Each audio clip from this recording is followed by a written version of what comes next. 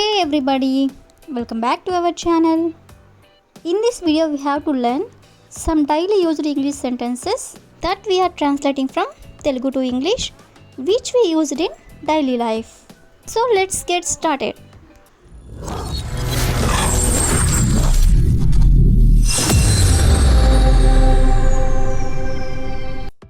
Before going to the topic, if you like this video, please like and share to your friends and family members, and also don't forget to subscribe my channel.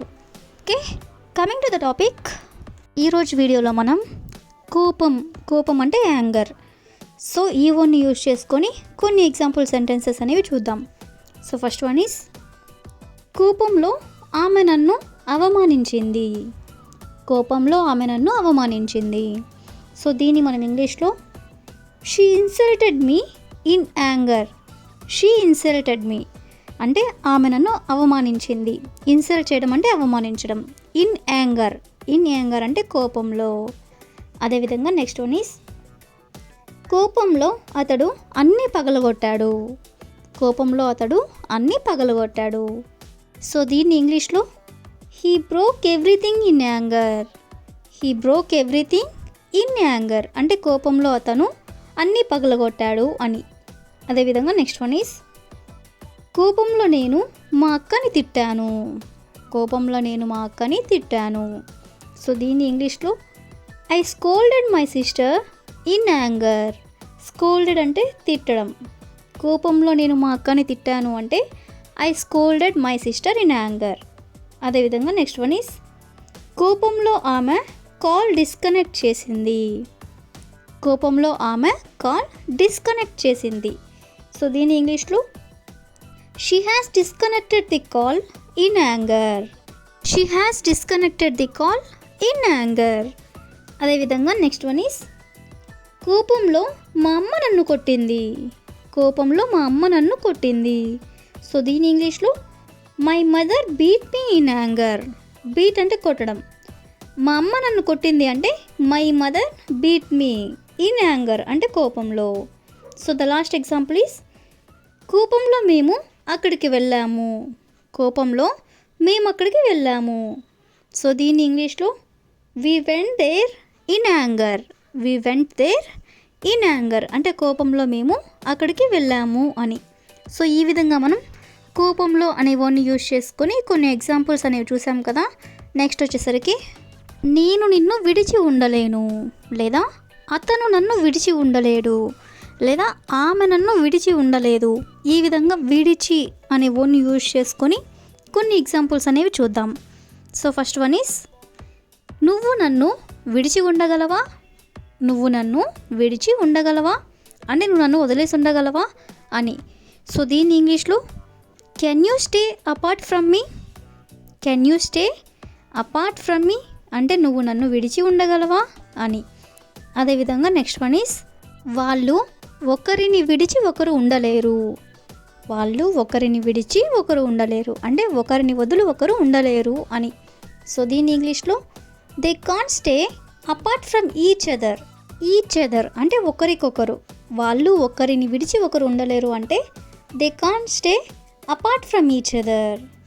అదేవిధంగా next one is, నేను ఎప్పుడు మా పేరెంట్స్ని విడిచి ఉండలేదు అంటే నేను ఎప్పుడు మా పేరెంట్స్ని వదిలేసి ఉండలేదు అని. సో దీన్ని ఇంగ్లీష్లో I never stay apart from my parents. I never అంటే నేను ఎప్పుడు, stay apart from my parents అంటే విడిచి ఉండలేదు, మా పేరెంట్స్ని విడిచి ఉండలేదు అని. అదేవిధంగా నెక్స్ట్ వన్ ఈస్, నిన్ను విడిచి నేను ఉండలేను. నిన్ను విడిచి నేను ఉండలేను. సో దీన్ని ఇంగ్లీష్లో I can't stay apart from you. I can't stay apart from you అంటే నిన్ను విడిచి నేను ఉండలేను అని. అదేవిధంగా నెక్స్ట్ వన్ ఈస్, ఆమె అతనిని విడిచి ఉండగలదా. ఆమె అతనిని విడిచి ఉండగలదా. సో దీని ఇంగ్లీష్లో can she stay apart from him. Can she stay apart from him అంటే అతనిని విడిచి ఆమె ఉండగలదా అని. అదేవిధంగా నెక్స్ట్ వన్ ఈస్, అతను అందరినీ విడిచి ఉండగలడు. అతను అందరినీ విడిచి ఉండగలడు. సో దీన్ని ఇంగ్లీష్లో he can stay apart from every one. He can stay apart from every one అంటే అతను అందరినీ విడిచి ఉండగలడు అని. సో ఈ విధంగా మనం విడిచి అనే వర్డ్ని యూజ్ చేసుకొని కొన్ని ఎగ్జాంపుల్స్ అనేవి చూసాం కదా. నెక్స్ట్ వచ్చేసరికి లోపల అంటే ఇన్వార్డ్లీ. సో ఈ వర్డ్ని యూజ్ చేసుకొని కొన్ని ఎగ్జాంపుల్స్ అనేవి చూద్దాం. సో ఫస్ట్ వన్ ఈస్ ఆమె లోపలే దేవుడికి ప్రార్థన చేసింది. ఆమె లోపలే దేవుడికి ప్రార్థన చేసింది. సో దీని ఇంగ్లీష్లో she inwardly prayed to God. She inwardly prayed to God అంటే ఆమె లోపలే దేవుడికి ప్రార్థన చేసింది అని. అదేవిధంగా నెక్స్ట్ వన్ ఈస్ అతడు లోపలే ఆలోచిస్తున్నాడు. లోపలే అంటే అతనిలోనే అతను అని. సో అతను లోపలే ఆలోచిస్తున్నాడు అంటే he is inwardly thinking. He is inwardly thinking. Next one is ఆమె లోపలే నవ్వుతుంది. ఆమె లోపలే నవ్వుతుంది. సో దీని ఇంగ్లీష్లో she is inwardly smiling. She is inwardly smiling అంటే ఆమె లోపలే నవ్వుతుంది అని. అదేవిధంగా నెక్స్ట్ వన్ ఈస్ వాళ్ళు లోపలే బాధపడ్డారు. వాళ్ళు లోపలే బాధపడ్డారు. సో దీని ఇంగ్లీష్లో దే ఇన్వార్డ్లీ వరీడ్. దే ఇన్వార్డ్లీ వరీడ్ అంటే వాళ్ళు లోపలే బాధపడ్డారు అని. అదేవిధంగా నెక్స్ట్ వన్ ఈస్ ఆమె లోపలే సంతోషపడింది. ఆమె లోపలే సంతోషపడింది. సో దీని ఇంగ్లీష్లో she felt happy inwardly. She felt happy inwardly అంటే ఆమె లోపలే సంతోషపడింది అని. అదేవిధంగా నెక్స్ట్ వన్ ఈస్ అతడు లోపలే చదువుతున్నాడు.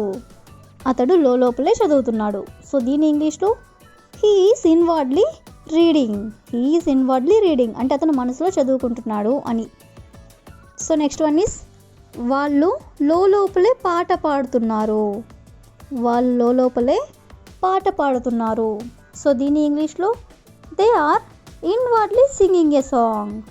They are inwardly singing a song అంటే వాళ్ళు లోపలే పాట పాడుతున్నారు అని. So the last example is అతను లోపలే ఏడ్చాడు. అతను లోపలే ఏడ్చాడు. సో దీని ఇంగ్లీష్లో he inwardly cried. He inwardly cried అంటే అతను లోపలే ఏడ్చాడు అని.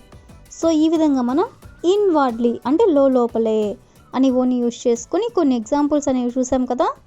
That's all for today. I will ask you question for you. మేము లోపలే గొనుగుకుంటున్నాము. మేము లోపలే గొనుగుకుంటున్నాము. So if you know this one in English, please you can comment in the comment section. Thank you for watching.